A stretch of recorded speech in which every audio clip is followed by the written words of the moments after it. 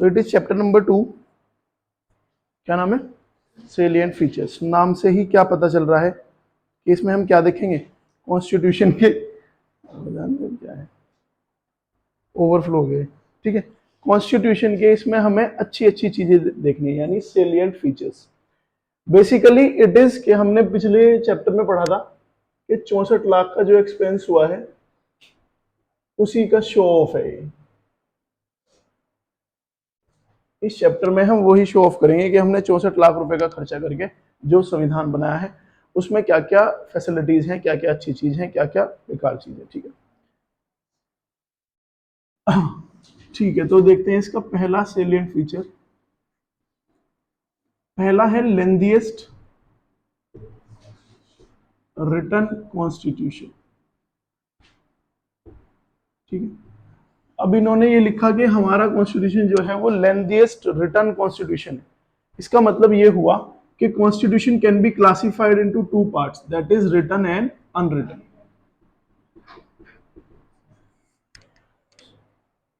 Written and unwritten.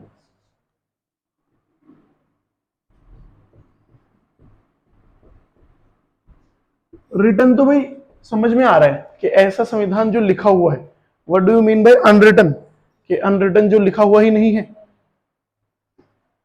Example देखो, written तो India भी है और USA, unwritten Britain, UK. Unwritten का मतलब है बेटा कि जहां पे कोड्स या लॉज अनकोडिफाइड हो और इनका कोई सिंगल सोर्स ना हो।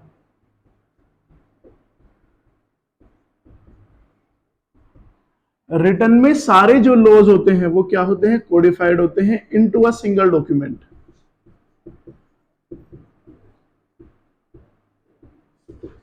This salient features of constitution, ये जो चैप्टर है, it is more of a conceptual type. इसमें समझने लायक चीजें बहुत ज्यादा हैं, लिखने लायक जो चीजें हैं वो बहुत कम है, मतलब फैक्ट्स बहुत कम है इसमें। लेकिन ये चैप्टर कंसेप्चुअल है। संविधान की अगर जानकारी जाननी है और आगे के चैप्टर्स अगर पढ़ने हैं तो ये चैप्टर पढ़ना जरूरी है, ठीक है। तो ये कंसेप्चुअल है चैप्टर रेदर देन फैक्चुअल। ये क्लियर हुआ। जैसे कि सिंगल डॉक्यूमेंट, हमारे यहाँ रिटन कॉन्स्टिट्यूशन है, हमारे यहाँ लॉज का मतलब क्या है कि लॉज सारे कहाँ लिखे हुए हैं, सिर्फ सिंगल एक डॉक्यूमेंट है, दैट इज कॉन्स्टिट्यूशन, ठीक है। जहां पे अनरिटन होता है कॉन्स्टिट्यूशन, वहां पे कोई जो सोर्स है वो लॉज की कोई एक नहीं होती, कि लॉज यहाँ पे भी लिखे हुए हैं, इधर भी लिखे हुए हैं, वहां से भी कुछ लॉज हैं, वहां से भी कुछ लॉज हैं, ठीक है। अनरिटन में जो लॉज की सोर्सेज होती है वो बहुत सारी होती है। रिटन में जो सोर्स होती है वो क्या होती है, सिर्फ एक होती है, ठीक है। अब लेंथीएस्ट तो है ही, एलिफेंट साइज बोलते हैं। हमारा जो कॉन्स्टिट्यूशन है उसको एलिफेंट साइज बोलते हैं, ठीक है। अब इसके हिस्टोरिकल रीजन भी है।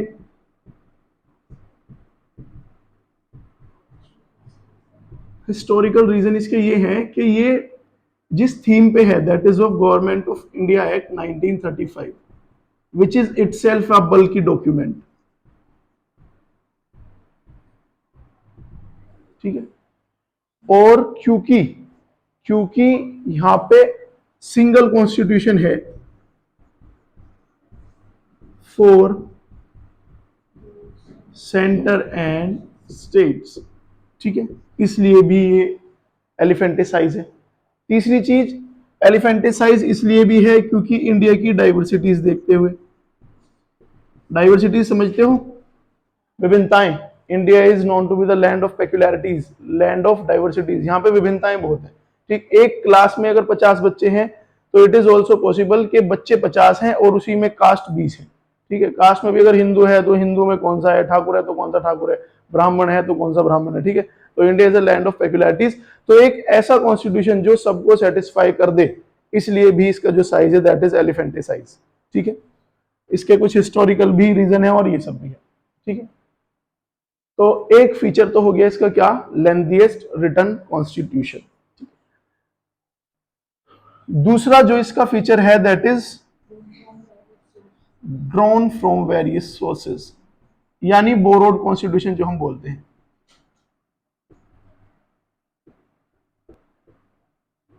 देखो अगर सिर्फ 3 पार्ट में कॉन्स्टिट्यूशन को हमें क्लासिफाई करना है कि कौन सी चीजें हमने कहां से ली हैं, तो जो स्ट्रक्चरल पार्ट है वो हमने लिया है गवर्नमेंट ऑफ इंडिया एक्ट 1935 से। गवर्नमेंट ऑफ इंडिया एक्ट 3 आए थे, 1909, 1919 एंड 1935। उसमें भी जो सबसे बल्कि था दैट इज योर 1935। इसके हिसाब से मतलब हमारा देश चला है। स्ट्रक्चरल पार्ट, फिर फिलोसफिकल पार्ट। हमारा जो फिलोसफिकल पार्ट है यानी कि जो हमारे डीपीएसपी हैं, फंडामेंटल राइट्स हैं, ये हमने लिए हैं आयरिश यानी आयरलैंड और यूएसए से। ठीक है, ये हमने यहां से मतलब वैसे तो इसकी सोर्सेज बहुत सारी हैं, लेकिन अगर मोटा मोटा सिर्फ 3 जगह पे अगर इसको हमें क्लासिफाई करना हो। ठीक, पॉलिटिकल पार्ट हमारा जितना भी है,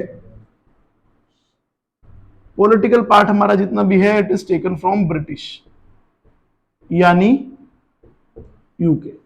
ठीक है, ये हमने यहां से लिया है। बाकी इस चैप्टर में एम लक्ष्मीकांत में 2 टेबल हैं जहां से क्वेश्चन आएंगे। ठीक है, ये चैप्टर समझने के लिए ज्यादा अच्छा है। बाकी क्वेश्चन कहां से आएंगे, टेबल है इसमें 2, उन टेबल को टिक कर लेना, 3.3 और 3.4, पेज नंबर 9 और पेज नंबर 11। ठीक है, एक जो इसमें टेबल है वो है शेड्यूल्स का कि किस शेड्यूल में क्या चीज मेंशन है। ठीक है, और एक जो टेबल है वो है सोर्सेज का कि भाई कहां से हमने कौन सी चीज उठाई है। ठीक है, 3.3 और 3.4 टेबल अपने एडिशन के हिसाब से बता रहा हूं मैं, 5th एडिशन मेरा था, इट मे वेरी। ठीक है, वो बाकी उसके लिए पूरा वहां से देखना पड़ेगा, वो भी हम मतलब थोड़ा बहुत देख लेंगे, डिस्कस यहाँ पे कर लेंगे, बट मेजरली ये है। ठीक है, ड्रॉन फ्रॉम वेरियस सोर्सेज का मतलब हुआ ये। ठीक है, अब कुछ बेसिक बेसिक सी चीजें जानते हैं। नेक्स्ट फीचर क्या है, चलो पहले इसको कर लेते हैं, blend of rigidity and flexibility.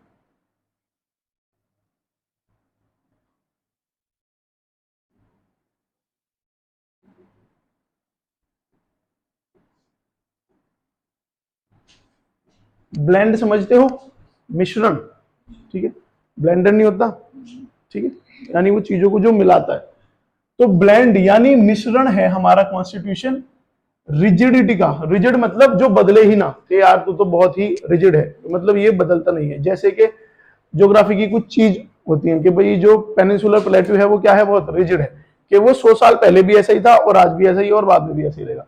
Rigid मतलब जो ना बदले। ठीक है, जिसमें चेंज लाना बहुत मुश्किल हो। और फ्लेक्सिबल मतलब जो फिकल माइंडेड हो, जो एकदम से बदल जाए या बहुत कम एफर्ट से बदल जाए। तो blend of rigidity and flexibility का मतलब ये हुआ कि हमारा जो कॉन्स्टिट्यूशन है वो मिश्रण है, कि इसमें कुछ चीजें आसानी से भी बदली जा सकती हैं और कुछ चीजें बदली ही नहीं जा सकती, मतलब अगर बदली भी जाएंगी तो बहुत ही मुश्किल से बदली जाएंगी। ठीक, ऐसा इन्होंने क्यों कहा, ये देखो, पहली चीज तो अगर संविधान में चेंज लाना है कोई भी, तो मैंने क्या बताया था कल, क्या लगेगा, अमेंडमेंट। अगर कोई चीज मान लो 1949 में हमारा कॉन्स्टिट्यूशन लिख के तैयार हो गया, वो चीज 1949 के हिसाब से ठीक थी, लेकिन अगर वो 2020 के हिसाब से ठीक नहीं है तो वो चेंज करनी पड़ेगी। उस चेंज को लाने के लिए what we need is constitutional amendment. ठीक है, कॉन्स्टिट्यूशनल अमेंडमेंट। अब यार बहुत ही गिर रही इसकी, ठीक है। अब अमेंडमेंट का देखो, अमेंडमेंट किस आर्टिकल के अंडर आते हैं। अमेंडमेंट का आर्टिकल होता है आर्टिकल 368। ठीक है, अब अमेंडमेंट किए जाते हैं कितने तरीके से, 3 तरीके से। एक होती है सिंपल मेजोरिटी। सिंपल मेजोरिटी मतलब 50% प्लस 1। भाई 100 में से अगर सिंपल मेजोरिटी चाहिए तो what we need is 51 votes. Then comes your special majority. ये होता है 2/3, यानी अब 51 की जगह लोग लगेंगे 100 में से 66। और तीसरी होती है स्पेशल मेजोरिटी भी चाहिए plus ratification of half of states, यानी स्पेशल मेजोरिटी भी चाहिए और जितने स्टेट्स हैं उसमें से आधे उस चीज के ऊपर क्या करें कि हाँ भाई we are okay with this. ठीक, लेकिन अब अगर कोई पूछ ले कि आर्टिकल 368 में से इनमें से कौन से प्रोसीजर आते हैं, तो ये याद रखना, ये सिंपल मेजोरिटी वाला नहीं आता। बाकी स्पेशल मेजोरिटी ये भी आता है और ये भी आता है, ठीक है। आर्टिकल 368 में ये भी आएगा और ये भी आएगा, लेकिन ये नहीं आएगा। सिंपल मेजोरिटी वाला जो कंसेप्ट है वो नहीं आता, ठीक है। अब ये देखो, जिस चीज के लिए सिर्फ सिंपल मेजोरिटी चाहिए होगी वो चीज हम आसानी से चेंज कर पाएंगे, लेकिन तो वो किस में आ जाएगा, फ्लेक्सिबल में। लेकिन जिसमें 2/3 चाहिएगी वो थोड़ा सा हार्ड हो जाएगा। लेकिन जिसमें 2/3 भी चाहिएगी और ratification of half of the states भी चाहिएगा, वो फिर और भी ज्यादा हार्ड हो जाएगा, यानी that will be termed under your rigidity, कि हाँ भाई ये हमारा कॉन्स्टिट्यूशन रिजिड है। तो इस बेसिस पे संविधान ने कहा कि it is a blend of rigidity and flexibility, ठीक है।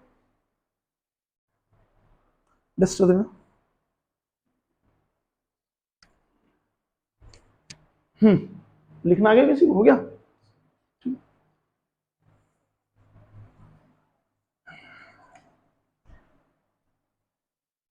Next, special features, federal system with unitary biasness.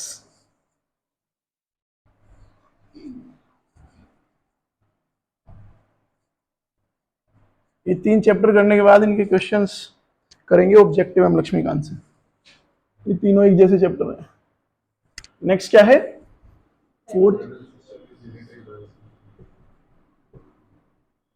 Federal system with unitary biasness. अच्छा, what do you mean by federal? ऐसा नहीं बोलते कि India is a federal country, या quasi federal है? ये बताओ, इंडिया को फेडरल बोला जाता है क्वासी फेडरल? क्वासी फेडरल बोला जाता है क्योंकि पूरी तरह से फेडरल नहीं है। अब ये बताओ, ये जो फेडरेशन वर्ड आया था, ये किस एक्ट की इंपोर्टेंस थी? गवर्नमेंट ऑफ इंडिया एक्ट 1935, ठीक है। क्योंकि इससे पहले डायाकी आया था 1919 में। डायाकी में कहा था रूल ऑफ टू, बट डायाकी फेल्ड। भाई उन्होंने रूल ऑफ टू तो कहा कि भाई 2 जगह पे पावर बांट दी जाएगी बिटवीन सेंटर एंड स्टेट, लेकिन सारी पावर रखी कहां? सेंटर के पास। तो डायाकी इसलिए फेल कर गया था। फिर आया था 35 में वर्ड फेडरेशन, मतलब सेपरेशन ऑफ पावर, कि पावर जो है वो डिवाइडेड है, ठीक है। सेपरेशन ऑफ पावर, फेडरल का मतलब क्या है कि पावर का कोई एक पॉइंट नहीं है, पावर के बहुत सारे पॉइंट हो सकते हैं, ठीक है। फेडरल का उल्टा होता है यूनाइटरी। समझो इसको कि what do you mean by federal? Federal का मतलब है कि पावर के बहुत सारे पॉइंट, कि सेंटर में प्रेसिडेंट भी पावरफुल है, प्राइम मिनिस्टर भी पावरफुल है, मंत्री भी पावरफुल है, स्टेट में सीएम भी पावरफुल है। उसके बाद जब आप डिस्ट्रिक्ट में आओगे, मेयर भी पावरफुल है, एमपी भी पावरफुल है, गांव में प्रधान भी पावरफुल है। तो पावर के बहुत सारे होगी source, that is federal system. लेकिन व्हाट यूनाइटरी इज, कि पावर का क्या है? सिर्फ ये एक point. Whatever the power is just accumulated at just one point. एक ही पॉइंट पे सारी पावर है, उसको हम क्या बोलते हैं? यूनाइटरी सिस्टम। इसका एक एग्जांपल, डिक्टेटरशिप, जैसे कि नॉर्थ कोरिया, किम जोन। अब पावर किम जोन के अलावा कहीं है क्या? पावर का क्या है? सिर्फ एक पॉइंट है, ठीक है। तो ये बताओ, हमारे इसमें कहा कि फेडरल सिस्टम है लेकिन यूनाइटरी बायसनेस है, यानी सेंटर की तरफ थोड़ी सी बायसनेस है। इसका मतलब ये हुआ, पहली बात तो ये बताओ, क्या ये वर्ड फेडरेशन डिफाइंड है? ये डिफाइंड नहीं है, यानी हमारे कॉन्स्टिट्यूशन ने इसको डिफाइन नहीं किया कि what do you mean bye federation. हाँ, ये कोर्ट्स ने और हम सब ने और इंटेलेक्चुअल्स ने ये इंटरप्रिटेट किया है कि अच्छा फेडरल का मतलब ये होता है, लेकिन ये कहीं रिटर्न नहीं है, ये कहीं डिफाइंड नहीं है, ठीक है। और यूनाइटरी बायसनेस इसलिए कहा कि वैसे तो सिस्टम भाई स्टेट में सीएम पावरफुल नहीं होता क्या? खूब पावरफुल होता है, ठीक। पूरे अपने स्टेट में वो जिस तरह से चीजें चाहे उस तरह से कर सकता है, लेकिन बायसनेस उसने इसलिए कहा है, सपोज करो कि सेंटर को ऐसा लगता है कि कोई स्टेट उसके कहने में नहीं चल रहा, या कोई स्टेट थोड़ी सी उससे तेज चल रहा है, तो सेंटर के पास ऐसे प्रेसिडेंट रूल, ठीक है, फेलियर ऑफ कॉन्स्टिट्यूशनल मशीनरी, ठीक है, ऐसे ऐसे रूल हैं कि वो स्टेट को अपने अंडर ले सकता है। लेकिन क्या यही सेम चीज स्टेट के पास भी है? अगर स्टेट को ऐसा लगे कि सेंटर उनके हिसाब से चल नहीं रहा, तो क्या ऐसा है कि स्टेट का भी कुछ किया जा सकता है? स्टेट का कुछ नहीं किया जा सकता, ठीक है।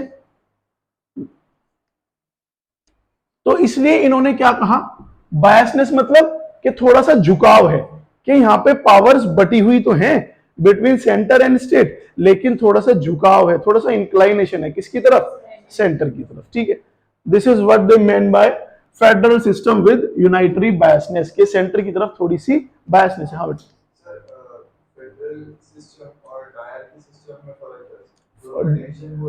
But diarchy is a flawed concept. Diarchy में क्या कहा था कि the powers will be divided between centre and state, लेकिन वो हो रही थी क्या पावर? हाँ, हाँ, मीनिंग में डाई मतलब टू, रूल ऑफ टू, और फेडरेशन में पॉइंट कितने भी हो सकते हैं, बहुत सारे पॉइंट है। हाँ, डायarchy में तो था डिफाइन कि सिर्फ दो ही हैं, सेंटर और प्रोविंसेस था उस टाइम पे, लेकिन फेडरेशन में क्या है, सिर्फ इतना बोला कि सेपरेशन ऑफ पावर, कहां कहां पे है वो नहीं बताया। हाँ, कोई एक ऐड होगा, यहाँ पे वेरियस। ठीक है, इसीलिए डायarchy को ठीक करके 35 में क्या किया था, फेडरेशन किया था। डायarchy को बोला गया था कि it is a flawed concept, और उसी की परफेक्ट फॉर्म आई थी फिर फेडरेशन के रूप में। ठीक है, दैट इज योर चौथा सेलिएंट फीचर्स। पांचवा क्या है?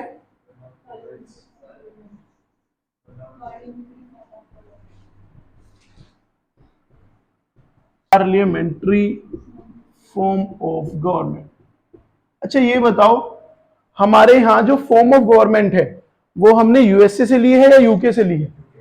यूके से ली है, पार्लियामेंट्री फॉर्म, क्योंकि यूएसए में क्या है, प्रेसिडेंशियल फॉर्म। यूएसए के प्राइम मिनिस्टर का नाम बताओ, है ही नहीं, प्राइम मिनिस्टर जैसी कोई पोस्ट है ही नहीं, यानी कि पावर सारी कहां है, प्रेसिडेंट पे। तो यूएसए में है प्रेसिडेंशियल फॉर्म ऑफ गवर्नमेंट, और हमारे यहां क्या है, prime ministerial form of government, क्योंकि हमने कॉपी पॉलिटिकल सिस्टम कहां से किया है, ब्रिटिश से, यूके से। तो वहां भी prime ministerial form of government है, हमारे यहां भी prime ministerial form of government है। Prime ministerial form of government को ही एक और नाम दिया गया है, that is Westminster form of government. ठीक है, क्या बोलते हैं, वेस्टमिनिस्टर फॉर्म ऑफ गवर्नमेंट।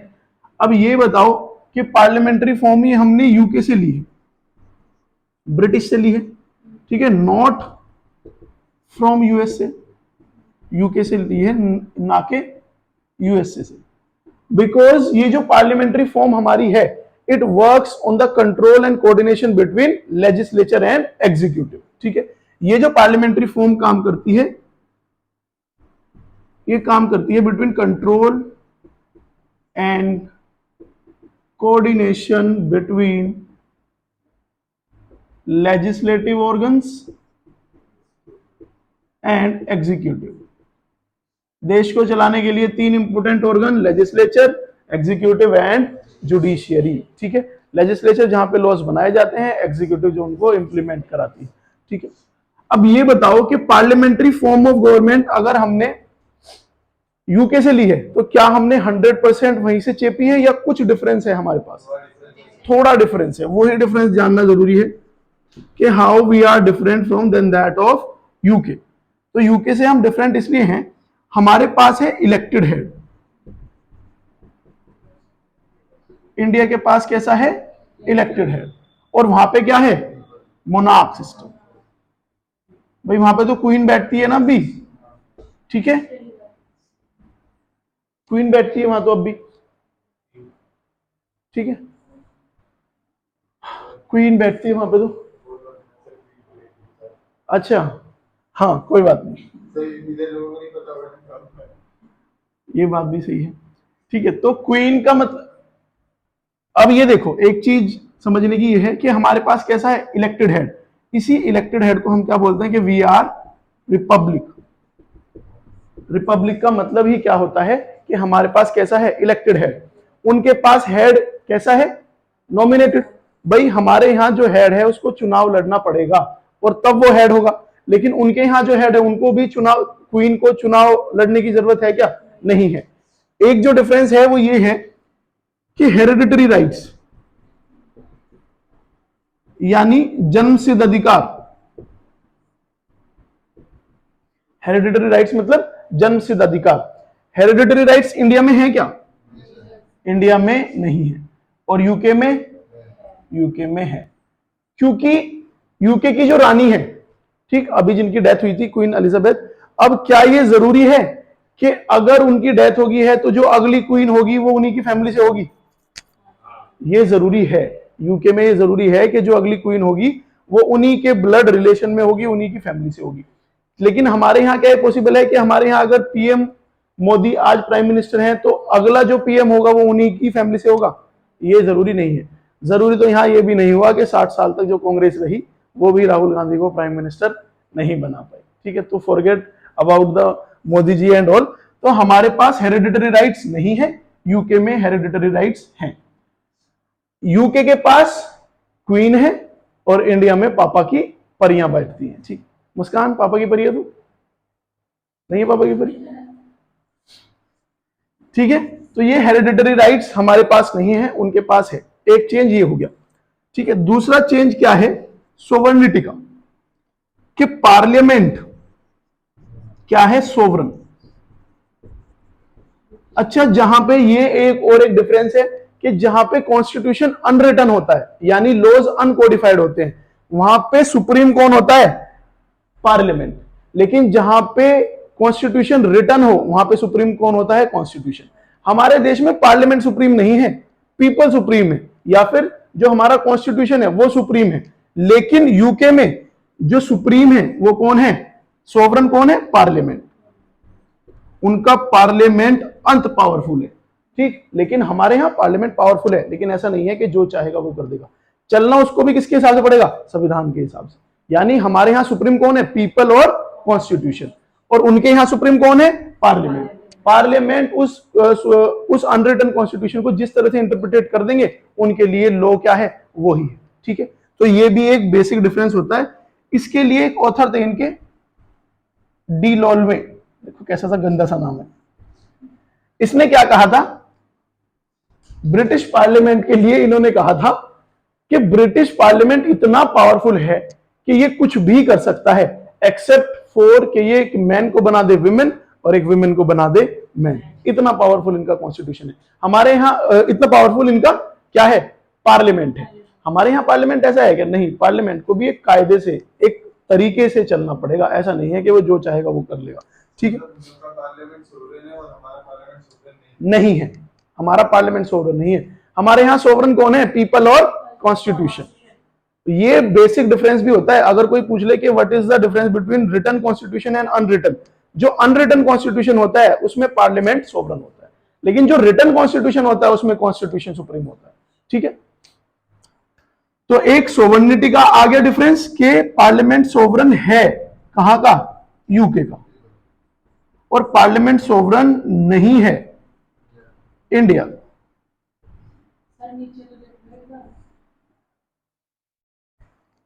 अब नीचे नहीं देख रहे, ठीक है, अब जो हो रहा है कोई बात नहीं, बोर्ड पे तो सही लिखा ही जा रहा है, नहीं करना। ठीक है, हाँ भाई, ये 5 सेलिएंट फीचर्स आए समझ में। नेक्स्ट क्या है?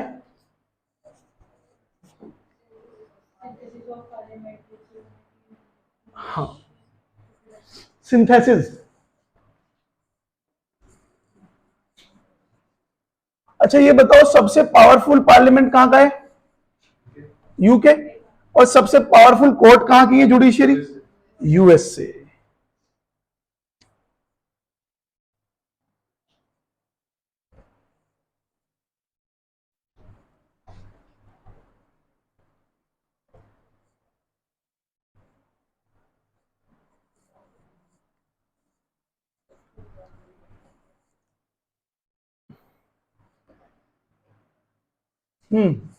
छठा है क्या? Synthesis of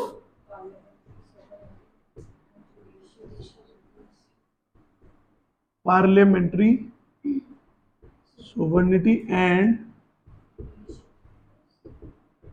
judicial supremacy.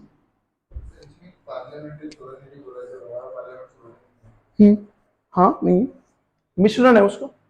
मतलब ऐसा ही कुछ है कि हमारा जो पार्लियामेंट है, पार्लियामेंट्री सोवरेनिटी एब्सोल्यूट नहीं, क्योंकि हमारे यहाँ कॉन्स्टिट्यूशन जब लिखा गया है ना, फंडामेंटल राइट्स में भी पहले ही लिख दिया क्या? They are not absolute but qualified, कि पूरी तरह से एब्सोल्यूट नहीं है लेकिन ये तुमको मिल रहे हैं। पार्लियामेंट सोवरन नहीं है बट पावरफुल है क्या? सोवरन नहीं है when it is compare to किसके? यूके के। वैसे पावरफुल है। सोवरन का मतलब इंडिपेंडेंट।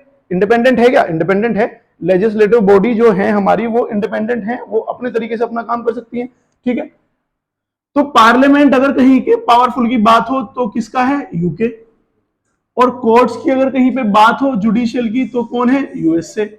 और इसके कहने का मतलब है कि हमारे यहाँ ये दोनों ही चीज है कि हमारा पार्लियामेंट भी पावरफुल है और हमारे यहाँ कोर्ट्स भी पावरफुल है। ये इन्होंने किस तरह से बताया, ये इन्होंने इस तरह से बताया कि पार्लियामेंट पावरफुल है तो इसका मतलब ये है कि ये इट कैन मेक लॉज, ठीक है। और इन्हें अगर कुछ गलत लगे संविधान में तो ये उसको ठीक भी कर सकते हैं, चेंज भी कर सकते हैं by the means of amendment act, ठीक है। और जुडिशरी को इन्होंने पावरफुल इस तरह बताया क्योंकि आर्टिकल 13 में दिया हुआ है कि अगर पार्लियामेंट ने कोई ऐसा लॉ बनाया जो अनकॉन्स्टिट्यूशनल है या इनवैलिड है तो जुडिशरी के पास हमारे यहां इतनी पावर है कि it can declare them null and void. तो दोनों चीज पावरफुल हुई है नहीं। पहले तो पावर दिखाई इसकी पार्लियामेंट की कि ये कुछ भी लॉ बना सकती है और मेजोरिटी ऑफ पोर्शन ऑफ जो कॉन्स्टिट्यूशन है उसको भी चेंज कर सकती है, पार्लियामेंट हो गया पावरफुल। उसके बाद जुडिशियल सुप्रीमेसी के, लेकिन जुडिशरी यहां पे इतनी पावरफुल है कि पार्लियामेंट ने अगर कोई काम किया है और जुडिशरी को ऐसा लगता है कि इट इज अनकॉन्स्टिट्यूशनल, ये संविधान के हिसाब से ठीक नहीं है, तो वो उसको क्या डिक्लेयर कर सकती है, नल एंड वॉइड। सारी मेहनत पे पराठा फेर सकती है। For example 2015 NJAC, national judicial appointment commission, याद आया, ठीक है। बाकी वो जब चैप्टर आएगा उसमें we will cover that in detail, ठीक है। तो it is what they meant by synthesis of parliament sovereignty and judicial supremacy. Seventh क्या है बेटा, इंटीग्रेटेड एंड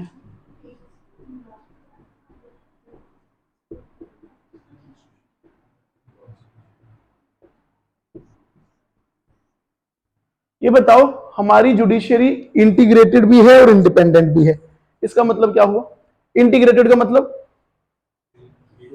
मतलब जुड़ी हुई कि एक चीज से दूसरी चीज जुड़ी हुई, और इंडिपेंडेंट भी है, ठीक है। ये इन्होंने इसलिए कहा क्योंकि हायरार्की ऑफ कोर्ट्स है, सबसे नीचे डिस्ट्रिक्ट कोर्ट, सबऑर्डिनेट कोर्ट, फिर हाई कोर्ट और फिर सुप्रीम कोर्ट, ठीक है। पहले तो मतलब समझो इंडिपेंडेंट जुडिशरी का, पहली चीज तो जुडिशियल इंडिपेंडेंट है कि अगर कोई किसी स्टेट का मामला है तो कौन देखेगी, हाई कोर्ट देखेगी। अगर कोई सेंटर का मामला है तो कौन देखेगी, सुप्रीम कोर्ट। डिस्ट्रिक्ट लेवल पे कौन देखेगी, subordinate court, district court, chief judicial magistrate court, मुंसिफ कोर्ट, ये सब कोर्ट है। तो हर एक कोर्ट की फंक्शनिंग अलग है। और इंटीग्रेटेड इन्होंने इस तरह से बोला कि अगर इस देश में कोई जजमेंट मान लो सुप्रीम कोर्ट ने पास कर दिया तो is that binding on all these courts और नॉट, वो सब पे बाइंडिंग है। और इंटीग्रेटेड इन्होंने इसलिए भी बोला कि अगर कोई सेंटर का बनाया हुआ लॉ है तो उस पर जुडिशियल रिव्यू हाई कोर्ट भी ले सकता है क्या। ये डिलीट हुआ था लेकिन ये दोबारा से फिर लागू कर दिया गया था कि हाँ उस पर जुडिशियल रिव्यू हाई कोर्ट भी ले सकता है। तो यानी इंटीग्रेटेड भी है, जुड़ी हुई भी है और अलग अलग भी है, ठीक है, ठीक है। नेक्स्ट फीचर क्या है, fundamental rights. Eighth is fundamental rights. ये बेटा जो चैप्टर आएगा चैप्टर नंबर 6 फंडामेंटल राइट, उसमें बहुत डिटेल में है, तो इसको हम फंडामेंटल राइट्स में ही कवर करेंगे। बाकी सिर्फ जानने के लिए, बेसिक नॉलेज के लिए सिर्फ इतना जान लो कि फंडामेंटल राइट्स पार्ट 3 में है, आर्टिकल 12 से लेके 35 तक है, ठीक है। मैग्ना कार्टा और ये एब्सोल्यूट नहीं है, इक्वालिटी वो सब आएगा, लेकिन वो सब हम फंडामेंटल राइट्स का अलग से ही एक चैप्टर है, वो हम उसमें कवर करेंगे चैप्टर नंबर 6। क्योंकि इतने से पढ़ के फंडामेंटल राइट में कुछ नहीं होने वाला, ये सिर्फ साइलेंट फीचर्स हैं, इसमें सिर्फ जानना है कि हमारे कॉन्स्टिट्यूशन में क्या क्या अच्छी चीजें हैं। One of them is fundamental rights. 9th DPSP, directive principle of state policy, ये क्या होती है क्या नहीं, ये इनका भी एक अलग चैप्टर है, चैप्टर नंबर 7, वो हम उसमें पढ़ेंगे। और ये पार्ट 4 में है और ये 36 से लेके 51 तक है, ठीक है, डीपीएसपी। उसके बाद क्या है, फंडामेंटल ड्यूटीज, इसका भी अलग चैप्टर है, फंडामेंटल ड्यूटीज का भी अलग चैप्टर है। ये फंडामेंटल ड्यूटीज का जो कंसेप्ट है it is taken from USSR, कि जब तुमको राइट्स मिलते हैं तो तुम्हारी एक मॉरल ऑब्लिगेशन भी होनी चाहिए कि ये तुम्हें करना चाहिए। जैसे कि देश के प्रति तुम्हें प्यार रखना चाहिए, गंदगी नहीं फैलानी चाहिए, एनवायरनमेंट ठीक रखना चाहिए। ये सब क्या है, हमारी मॉरल ऑब्लिगेशन है। तो ऐसी ऐसी हमारी फंडामेंटल ड्यूटीज हैं, इनका भी अलग चैप्टर है, ये उसमें पढ़ाया जाएगा। ठीक है, नेक्स्ट सेक्युलर स्टेट, ये समझ लो।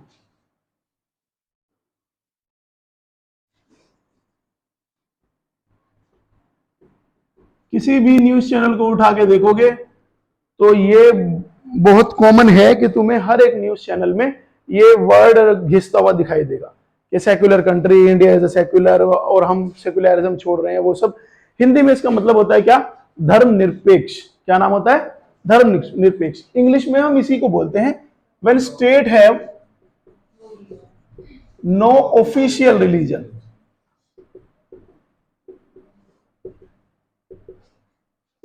पॉलिटी में स्टेट का मतलब कंट्री, देश, ठीक है, और स्टेट्स का मतलब राज्य। ठीक है, स्टेट का मतलब कहीं कुछ कहीं कुछ। ठीक है, पढ़ाई बहुत कंफ्यूजिंग चीज है। डेल्टा का मतलब फिजिक्स में कुछ और, केमिस्ट्री में कुछ और, मैथ में कुछ और, ज्योग्राफी में कुछ और हमारे करणपुर में कुछ और। ठीक है, डेल्टा अलग अलग चीज होती है। किसने बनाई है इतनी कंफ्यूजिंग चीज? कितना बढ़िया होता अगर पढ़ाई ही ना होती। लोग ऐसे ही घूमते फिरते, नेचुरल झरनों वर्नों में नहाते, पत्ते के कपड़े पहनते, बो एंड एरो सीखते, जिंगल अलाहू करते, we would be living happily. हाँ, मर तो जाते ही मरेंगे तो अब भी, वो ज्यादा अच्छा था। ठीक है, अरे कोई अंतर नहीं है, जानवरों से भी बेकार जीवन है, ये भेदभाव नहीं करना चाहिए। Man is also an animal, ऐसा नहीं बोलते? हाँ भाई, तो धर्मनिरपेक्ष का मतलब है इंसान की फितरत बस इतनी सी है, शेर कहते तो खुश हो जाता है और कुत्ता कहता तो एकदम से डिफेंड हो जाए, और जबकि है दोनों क्या, जानवर ही तो है। चलो फालतू की बात ना करो। नो ऑफिशियल रिलीजन, जब जब स्टेट का, मुझे क्या दिक्कत है, बैठे की जाएगी यहाँ से। कोई बात नहीं बेटा, तू हिसाब कर दिए, एक बिस्कुट फालतू खिला दूँ, ठीक है? हाँ यार, ऑब्वियसली। ठीक है, चलो, जब जब स्टेट का कोई ऑफिशियल रिलीजन ना हो।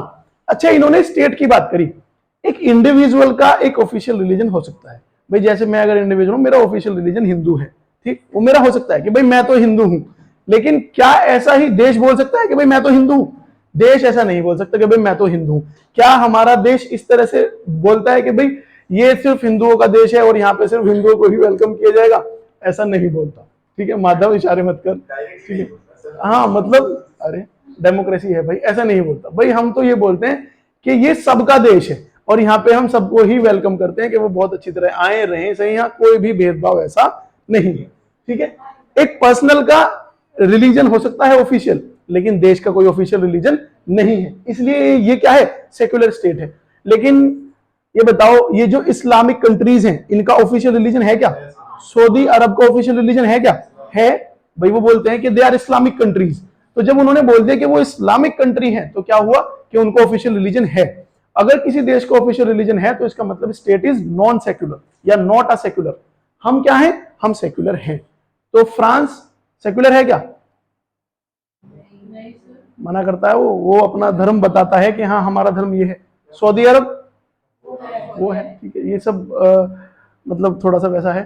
ठीक है, पर हाँ इतनी उम्मीद हम कर सकते हैं कि एक सीएम है योगी आदित्यनाथ यूपी के, अगर ऐसा होता है, मतलब ऐसी लोग उम्मीद करते हैं कि अगर वो कभी पीएम बने इस देश के, तो ऐसा अनुमानित है कि जो पहला बिल इस पार्लियामेंट में आएगा वो हिंदू राष्ट्र का आएगा। कॉन्स्टिट्यूशन में अमेंडमेंट आएगा, इस सेक्युलर वर्ड को चेंज करके क्या क्या लिखा जाएगा? Not a secular country. क्योंकि अगर आप देश को बोल रहे हो कि हिंदू राष्ट्र है, यानी अब देश का ऑफिशियल रिलीजन है। ठीक है, बट अभी के लिए ऑफिशियल रिलीजन नहीं है। और एक मजे की बात और ये कि जो ये वर्ड इतना घिसा जाता है सेक्युलर सेक्युलर सेक्युलर, ये ओरिजिनली कॉन्स्टिट्यूशन में था ही नहीं। कोई चीज अगर ओरिजिनली नहीं है और अगर जोड़ी गई है तो क्या लगेगा? अमेंडमेंट। तो ये किस अमेंडमेंट से आया? 42nd amendment. 42nd amendment act बेटा, 1976। ठीक है, अच्छा, अमेंडमेंट की जब बात आई है तो कुछ अमेंडमेंट ऐसे हैं जो बहुत ज्यादा इंपॉर्टेंट हैं, मतलब बहुत ही ज्यादा इंपॉर्टेंट, जैसे कि 7, 42, 44, 73 74, 97। इनमें से 42 अमेंडमेंट एक्ट को क्या बोलते हैं? Mini constitution of India.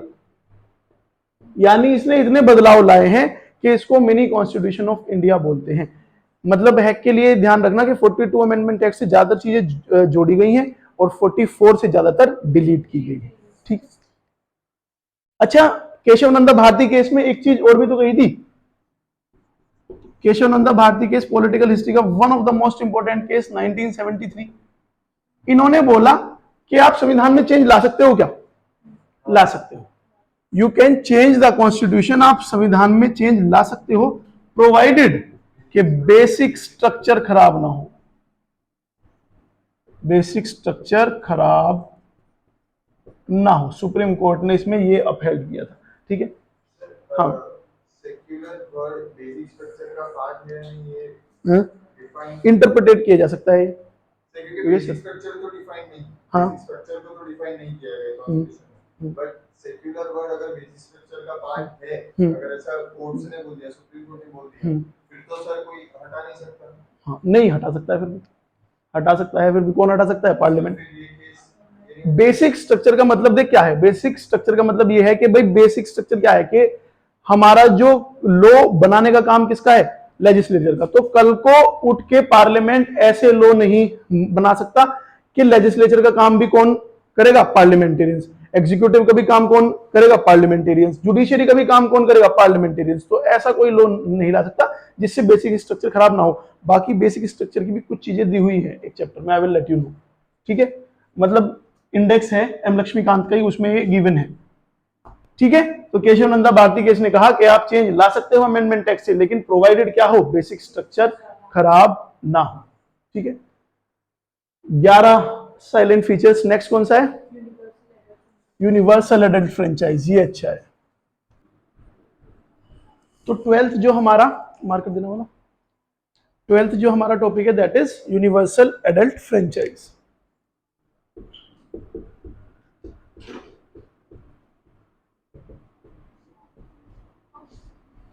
Adult का मतलब होता है somebody who is 18 प्लस, और वोटिंग एज हमारे यहाँ क्या है? वो भी क्या है? 18 प्लस। ठीक है। और यूनिवर्सल का मतलब जो सब के लिए एक समान हो। जैसे कि सन है यूनिवर्सल, मून है यूनिवर्सल है, अर्थ है यूनिवर्सल। ठीक है।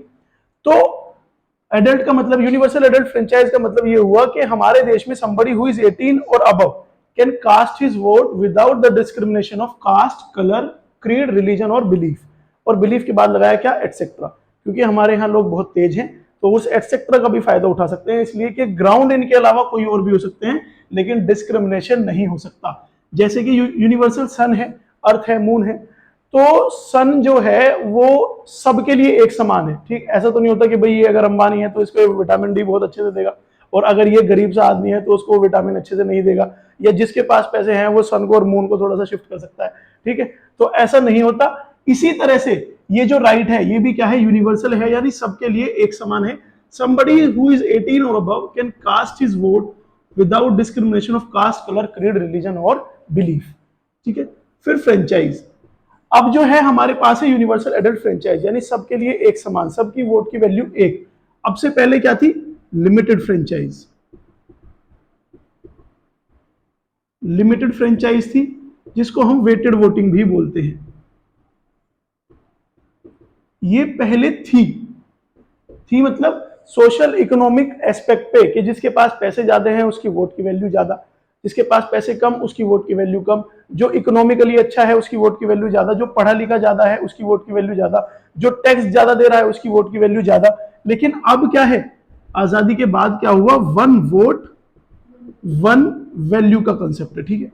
इकोनॉमिक एस्पेक्ट पे अगर इसको हम देखें तो सपोज करो कि सबसे ज्यादा पैसे वाले आदमी जैसे कि अंबानी जी, अगर वो वोट करने जाते हैं इस देश में, और अगर वो वोट करने जाएंगे अपने एंटीलिया से 13,000 करोड़ के घर से निकलेंगे, फिर चोपर में बैठेंगे, फिर रोल्स रॉयस से जाएंगे, उसके बाद अगर वोट डाल रहे हैं तो वोट की वैल्यू क्या होगी? एक, वन वोट। ठीक है। और उसके बाद हमारे जैसे आदमी, ठीक है, जिनकी जेब में 10 रुपए, अकाउंट में 110 रुपए, और अगर वो किसी तरह पोलिंग बूथ तक पहुंचेंगे गिरते पड़ते और अगर वो वोट देंगे तो उनकी भी वोट की वैल्यू क्या हुई? वन, यानी one vote one value concept. इसी तरह से पॉलिटिकली भी भाई मोदी जी अगर वोट डालने जाएंगे उनकी भी वोट की वैल्यू क्या है, वन, और हम लोग अगर वोट डालने जाएंगे कोई आम आदमी तो उसकी वोट की वैल्यू भी वन। तो इसको हम क्या बोलते हैं, one vote one value concept. अब ये जो 18 एज है ये अब हुई है, यानी चेंज आया है। पहले क्या थी ये 21 थी, तो चेंज आया तो क्या लगेगा, अमेंडमेंट एक्ट।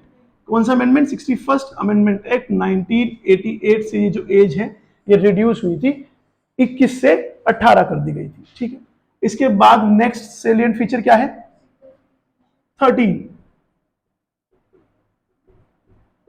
Single citizenship. हाँ भाई, क्या कोई ऐसा है इस भारत में जिसके पास सिटीजनशिप दो हो, कि मतलब सेंटर की अलग हो और स्टेट की अलग हो? हमारे पास जो सिटीजनशिप होती है वो सिर्फ एक ही सिटीजनशिप होती है जो हमको बताती है कि हम भारतीय हैं। ठीक है, लेकिन अगर यहाँ पे सिंगल है तो कहीं पे डबल भी होगी, डबल होती है यूएसए में। वहां पे सेंटर की, वहां पे देश की नागरिकता अलग और स्टेट की अलग। लेकिन हमारे यहाँ क्या है, हमारे यहाँ सिंगल ही है। जैसे कि वो पिक्चर थी ना चक दे इंडिया, उसमें जब वो इंट्रोडक्शन में पूछता है कि तुम्हारा क्या है, तो कोई स्टेट से प्लेयर बताती है हरियाणा, पंजाब, फिर एक बोलती है इंडिया, तब वो बोलता है कि हाँ अब मुझे समझ में आया। ठीक है, तो हमारी सिर्फ नागरिकता इतनी है कि हम क्या हैं, हम इंडियन है। ये हमारी सिंगल सिटीजनशिप। नेक्स्ट क्या है, इंडिपेंडेंट बॉडीज। ये जो टॉपिक है बेटा, ये सब टॉपिक ऐसे हैं कि ये सारे के सारे टॉपिक्स पढ़ाए जाएंगे अलग अलग चैप्टरों में। मतलब अलग अलग चैप्टर ये हैं, इसमें बस हमको ब्रीफली देखना है कि क्या क्या चीज हमारे पास है। इंडिपेंडेंट बॉडीज में जैसे कि हमारे पास यूपीएससी है जो पेपर कराता है, union public sector commission service commission. ठीक है, जिसका आर्टिकल 315 से 323 है। उसके बाद कैग है, controller and auditor general of India. उसके बाद इसका 149 से 151 152 है। उसके बाद क्या है, इलेक्शन कमीशन है। ठीक है, स्टेट पीएससी है, पब्लिक सर्विस कमीशन, ये सब है। तो ये सब क्या है, ये सब इंडिपेंडेंट बॉडी है, यानी ये काम अपना अपने हिसाब से करती है, इनमें कोई भी हिंड्रेंस क्रिएट नहीं कर सकता। ठीक है, नेक्स्ट क्या है, नेक्स्ट है इमरजेंसी प्रोविजन 15। इमरजेंसी प्रोविजन का भी अलग चैप्टर है, चैप्टर नंबर 16, बट इसको यहां हम बहुत ब्रीफली देखेंगे।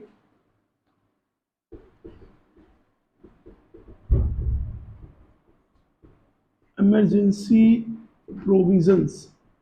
ठीक, इमरजेंसी देखो कितनी तरह की हो सकती है। एक होती है अंडर आर्टिकल 352, ये होती है नेशनल इमरजेंसी। जब वॉर की सिचुएशन में हो,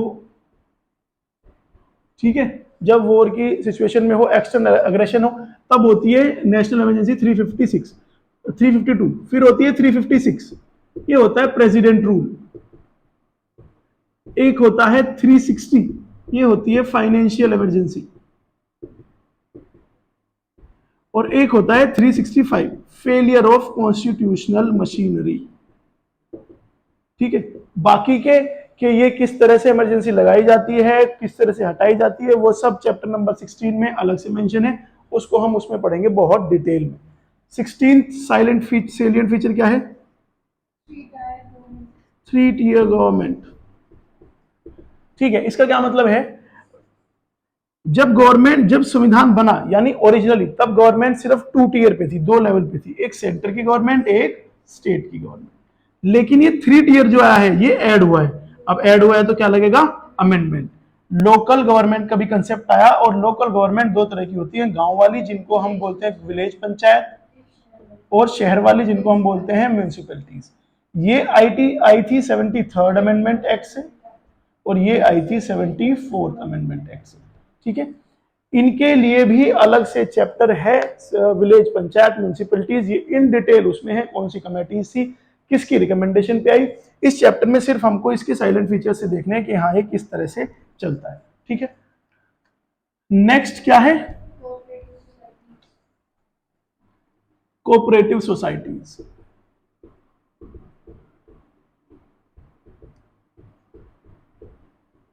वर्ड से समझ में आ रहा है क्या होता है कोऑपरेटिव सोसाइटीज? कोऑपरेटिव मतलब कि जैसे गांव में होते हैं कोऑपरेटिव बैंक्स जिसमें गन्नों का और फसल का पेमेंट आता है।